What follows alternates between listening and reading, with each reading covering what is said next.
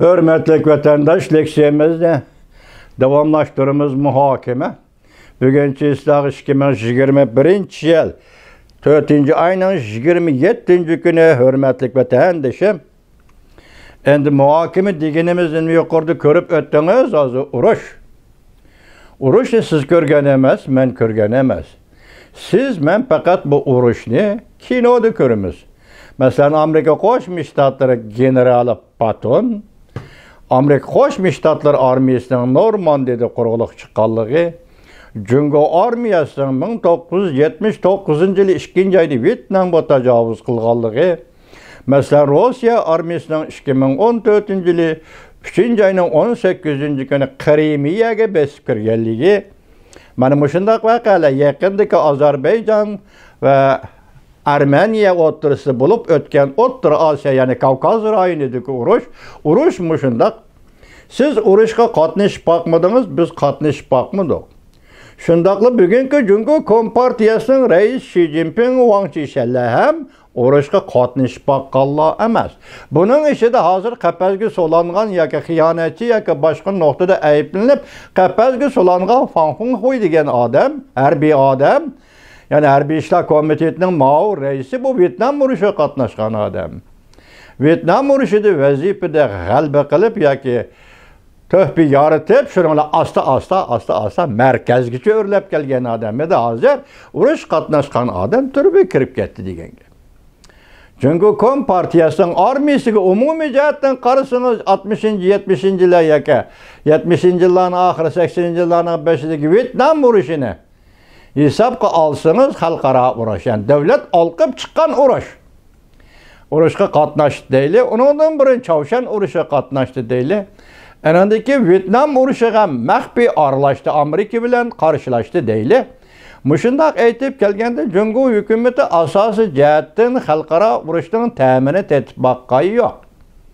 Vyetnamga kirdi 100 ming kishilik armiyasi Xoniygacha 5 minglik vaqtda Sabah Sovetlarning hukumati shu vaqtda qattiq bir bayonot e'lon qildiki, 79-yili 2-oyda vatandosh Deng Xiaoping oldirab tinib Xoniy ketayotgan harbiy qismlarini darhol chekindirib, Guangdong o'lkasini nima, Yunnan o'lkasining bu tarafiga o'tkazdi. Demak, urush oxirlashdi. Sovetlar bir bayonot e'lon qildi, urush to'xtadi. Jungo Kompartiyasi Xoniyga yetib bormoqchi edi demak. Urush men deganim bu urushni tasvirlab bergim yo'q. Bularning hammasi siz ko'rib turibsiz. Urushga sen qatnashib boqqan, qatnashib boqmading urush. Bu vahshiylik va dahshatlik yuz beradigan, o'lim, yetim sodir bo'ladigan, talaylarni jenidan ayiradigan, talay oilalarni vayron qiladigan, davlatning iqtisodini vayron qiladigan mushundaq bir alayida bir harakat, vatandaş bir tarihi harakat bu. Ben tünügün dedim, Amerika Qo'shma Shtatlari hech qachon mening bilginishimcha men yashagan shu jamiyatda, dünyada hozirgacha birinchi bo'lib bir yerga tajovuz qilgan emas. Mayli Vyetnamda bo'lsin, mayli kimda bo'lsin, sababni shular o'zi keltirib chiqadi. Masalan, Chavshanda ishga jarab, Beijing bilan Chavshan birlashib urushni keltirib chiqadi. Amerika armiyasi Birlashgan Davlatlar Tashkilotining armiyasi bilan kirdi. Endi bugun hozir men Janubiy dengiz to'g'rida so'zladik. Bu bir yangi yuzlanish. Masalan, ishki parxod, harbiy parxod yasalibdi. Buni dengiz armiyasiga topshirib berishli emas, bu hozir 4-oyning 23-kuni Reis Xi Jinping Janubiy dengizda bir eskadron, yani Janubiy dengiz eskadroni qurib chiqdi degan gap. U yerda bir armiya tashkilladi degan gap. O'zining gapiga aytganda Amerika armiyasi bilan tirkishish, Amerika armiyasi bilan elishish. Hozir kayniga yana men bo'ldi. Ama o'zim baga va'dam bo'yicha Prezident Biden Oqsaroyga kirdi. Endi biz normal munosabatni normal asli keltirib, biz faqat hal qiladigan masalalar deb o'tirg'i qo'yilgan necha zamondan beri. Mayli 2 yil, 3 yildan beri o'tirg'i qo'yilgan masala Tayvan, Hong Kong, Uyg'uriston, Tibet degandek masalalarni o'tirib hal qilaylik deydigan niyat yo'q. Hozir Janubiy dengizda urushga tayyorlik qildi. Janubiy dengiz eskadronini qurib chiqdi degan gap urushga tayyorlik qildi. Hozir Tayvan bo'g'izim emas.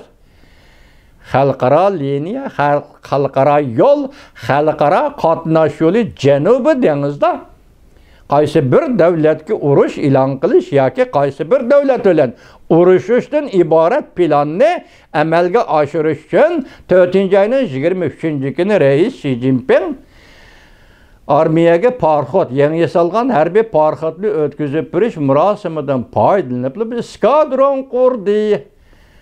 Bu dahshatli gap vatandoshim. Bu niyat, bu g'arazga qandoq baho berish va buni to'g'risi nima deyishni balki Amerika Qo'shma Shtatlar Davlat Mudofaa Ministerligi buni 5 qo'ldak olqanda ko'rganda ko'rib turdi, bilib turibdi deylik. Hozir bu ish shu darajaga yetdi degan gap.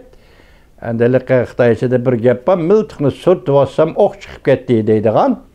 Shu darajaga berib yetamdi, yetmamdi. Amerika Qo'shma Shtatlar bilan junga o'tirib to'qinish yuz beramdi deganda, Amerikaning maydonida aytganda men ishonamanki bu davlat urush qilmaydi. Urushni behuda faqat işte so'zlash bilan hal qilayli, bu mohiyatlik.